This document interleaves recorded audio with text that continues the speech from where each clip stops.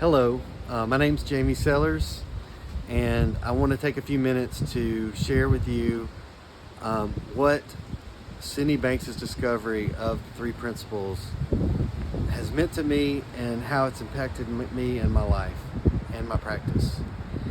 It was almost 23 years ago. I was fresh out of graduate school, entering into the field of mental health. I had gotten my master's in social work, and I was working my first professional job at a psychiatric hospital. And in my personal life, I was a mess. Looking back, it's funny to me how little I realized in terms of how much of a mess I really was. But I was so distracted and so busy, and I was constantly seeking stimulation, excitement. I had a real bad case of the grass is greener syndrome. It's like I was always seeking more and something better and something different. And this had me seeking happiness in all kinds of things. I was like the dog chasing the rabbit at the dog track. It was like I could never quite get to it. And that was what life looked like to me at the time. Like that was the way to find happiness. When I had my first exposure to the principles, which wasn't a direct exposure from Sid and his materials, it was an offshoot through a book I found at the bookstore. And I was going through a relationship struggle at the time, and I was really in a major dilemma. At least it felt like it at the time. And what I saw in that book, what hit me was that all this seeking of happiness outside of myself, is like I was just realizing that I already had it, that I already had what I was searching for, and it was here now. And all of my suffering was coming from either thinking into the future or thinking into the past. It was the suffering that I was experiencing was of my own creation, innocently, but still, I was creating my own misery. And that was when I woke up to that, it completely shifted my world. So, not long after really getting into learning more about the principles, while I was working in a psychiatric hospital, I started to see people's health. I started seeing their mental health. I would lead groups on a unit with people who are really suffering psychologically, suicidal, people hearing voices, paranoid. Some of the guys in there would be like detoxing from severe alcohol or drugs, and I would lead a group, and I would start the group with some sleight of hand, some card tricks, some magic tricks, and just a few. And if you walked in 5 minutes after I started, you wouldn't be able to tell what diagnosis they had. You wouldn't be able to tell who was sick and who wasn't. You couldn't tell the difference between the patients and the staff.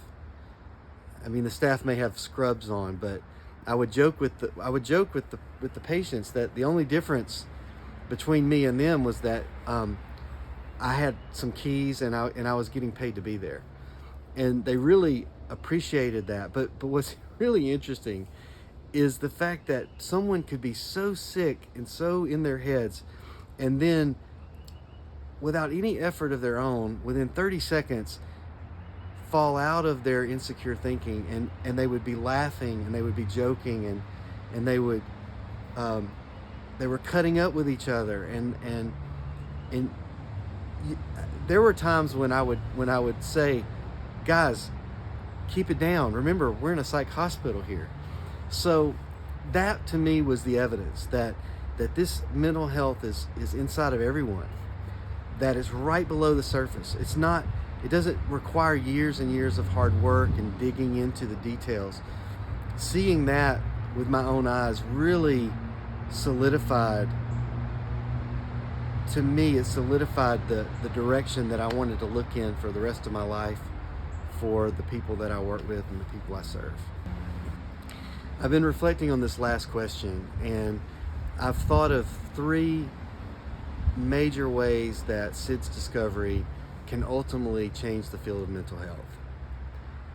The first one that I thought of was just the hope that it brings. It is so incredibly hopeful to know that no matter how severe the symptoms are, no matter how long they've been dealing with it, no matter how chronic it is, that just knowing that they have mental health inside them and it just needs to be drawn out, just knowing that is incredibly hopeful. And it gives you confidence. It gives you confidence that you don't have to, it's not going to necessarily be any harder work with a more challenging case. So seeing the hope, having that hope and being able to see that when the client's sitting in front of me, they feel that from me. They feel the hope that I see, and that is that can be very powerful for the client.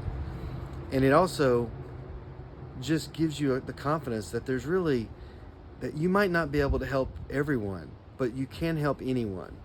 And that's what's been extremely helpful for me to realize. The second point is the simplicity that his discovery brings to the field of mental health. Being able to just see that there's ultimately just one problem that people struggle with, and that is that they don't realize that they're okay. They don't realize that they have this wisdom within them. They don't realize that the answers are there right in front of their face. And that simplicity, it really reduces a lot of the cognitive load of having to delve into so much detail and having to try to apply all these different methods and all these different strategies to different problems. It really simplifies what you do with people. And so the second point is just the simplicity it brings the field. And then if you take the hope and you take the simplicity,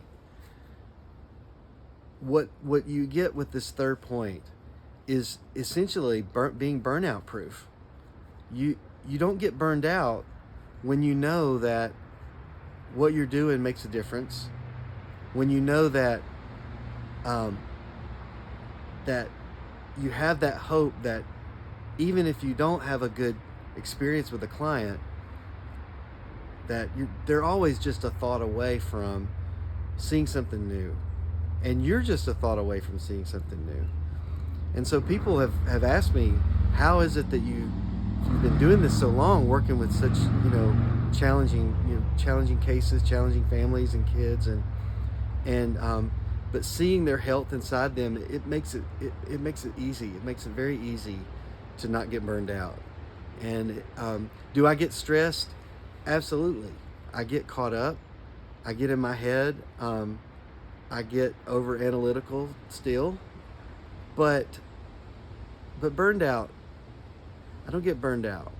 And I think that what Sid discovered, not only relieves suffering, not only provides simplicity, but it ultimately provides a map for the field to be able to be a service, to be able to embody heartfelt service. And heartfelt service doesn't burn out. Compassion doesn't burn out. And so that would be the 3 points that I think his discovery brings to the field. And if he was here today, I would just thank him so much for just having the courage to put his discovery out there, not knowing how it was going to be received. And so And I'm also grateful for all the other pioneers and practitioners who I've learned from over the years, who have taken Sid's message and shared it in their own way. I'm extremely grateful for that.